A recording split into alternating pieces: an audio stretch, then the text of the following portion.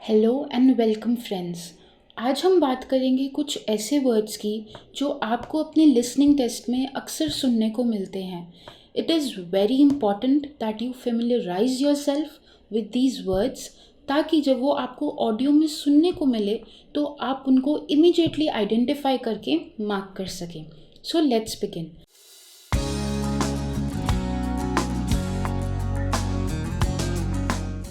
सबसे पहले तो इट्स इम्पॉर्टेंट कि आप सारे डेज़ के नाम याद रखें। नाउ व्हेन आई से डेज़ के नाम, आपको यहाँ पर दो चीज़ें याद रखनी है।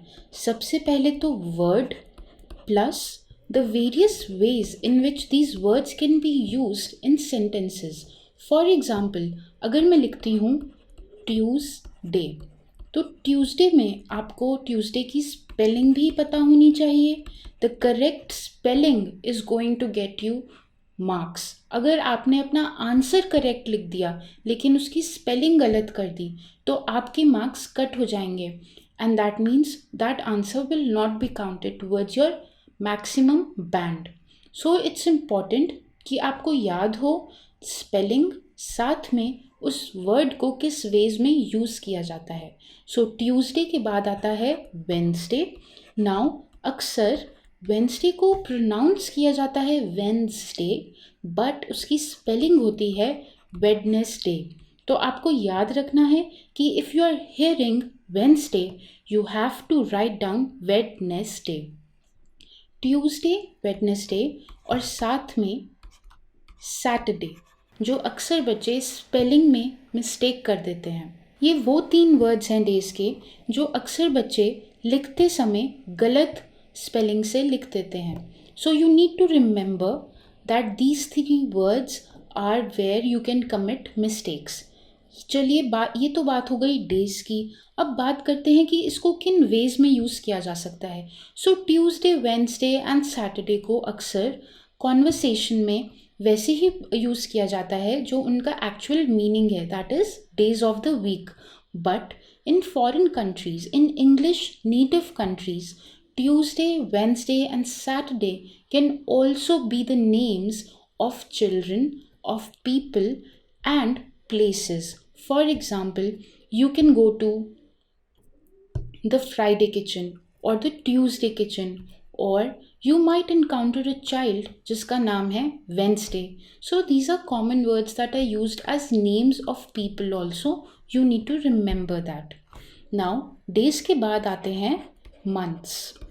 अब मंथ्स की स्पेलिंग्स को गलत लिख देना सबसे आसान काम है। So when you are spelling और writing the name of months, you need to be very aware कि आप उनकी स्पेलिंग्स को सही तरीके से यूज़ कर रहे हैं। Now I will spell all the words for you. This is January, this is February. You need to remember कि फेब्रुअरी में 2 आर आते हैं। March, April, May, June, July are easy words. इसके बाद आता है अगस्त। अगस्त के बाद आते हैं एम्बर मंथ्स। नाउ बाहर की कंट्रीज़ में मंथ्स को सितंबर, अक्टूबर, नवंबर ना कहकर एम्बर मंथ्स भी कह दिया जाता है। एम्बर का मतलब है कि वर्ड के एंड में अगर एम्बर है तो वो एक एम्बर मंथ है। इसी तरह हमारे पास होता है अक्टूबर, नवंबर, दिसंबर। So you need to remember that these are ember months.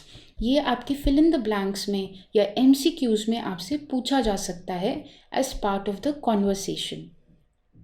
Now similar to days, बाहर की कंट्रीज़ में बच्चों के नाम अक्सर मंथ्स के ऊपर रख दिए जाते हैं। So it's very common to hear names of people such as April or June or September. So you need to remember that these can be used as names as well. Days और months के बाद आते हैं seasons. Now seasons similar to days and months can be used as names of children also. Specifically, summer is a very popular name outside. उसका कारण ये है कि बाहर के देश बहुत ही ठंडे होते हैं और वहाँ पर विंटर्स बहुत ही हार्श होती हैं. So if a child is named as summer, it means that it represents sunny days. Summer के साथ साथ बहुत ही कॉमन वर्ड है जो आपको सुनने को मिलेगा, वो है ऑटम. नाउ फ्रेंड्स रिमेंबर कि ऑटम की स्पेलिंग में एम के बाद एन आता है. अक्सर हम सुनते हैं ऑटम, एन साइलेंट होता है, but when you are writing down your answer you need to remember that n is also part of the spelling. Summer, autumn, फिर होता है स्प्रिंग. स्प्रिंग के स्पेलिंग ईजी हैं. I hope you don't end up marking that wrong. उसके बाद रह जाता है winter. Now these are the names of the seasons. You need to remember all of them. You will hear them as part of section 1 और section 2 usually. ये आममर्रा के words हैं, इनको रोज़मर्रा की ज़िंदगी में यूज़ किया जाता है and they are part of the functional English, that is section 1 और section 2. ये तो हो गए डेज, मंथ्स और सीजन्स. इसके अलावा भी कुछ कॉमन वर्ड्स हैं जो आपको सेक्शन 1 और सेक्शन 2 में सुनने को मिलेंगे. Let's check them out as well. So friends, the next common set of words जो आपको सुनने को मिलेंगे, they will be based on transportation. Now remember, this is very important and they can be slightly different from the words we use in our own country. Transportation में words such as gas, gasoline represent petrol. हमारी country में हम petrol या petroleum कहते हैं, बाहर की countries में गैस या गैसोलीन कहते हैं. उसी तरह बाहर ट्रेन्स बहुत यूज़ होती हैं. पब्लिक ट्रांसपोर्ट में बसेस बहुत यूज़ होती हैं. बस स्टॉप एक बहुत ही कॉमन वर्ड है, एक बहुत कॉमन आइडेंटिफायर भी है अपने मैप्स को मनूवर करने के लिए. So you need to remember all these words. इसके साथ साथ एक बहुत ही कॉमन वर्ड है जो देखने को मिलता है, वो है pedestrians. Pedestrians are people who walk on foot from one place to another. बाहर पेडेस्ट्रियंस की बहुत रिस्पेक्ट की जाती है. बाहर के लोग पैदल चलना बहुत प्रेफर भी करते हैं. So it's very much possible that you will encounter this word in daily conversations. Pedestrians की स्पेलिंग को याद रखिएगा, it's a very common word. Pedestrians के साथ साथ एक बहुत ही कॉमन वर्ड जो देखने को मिलता है वो है commuters. Now commuters refers to anyone who is commuting, that is traveling from one place to the other. So commuters can be in buses, in trains or anywhere else which is part of transportation.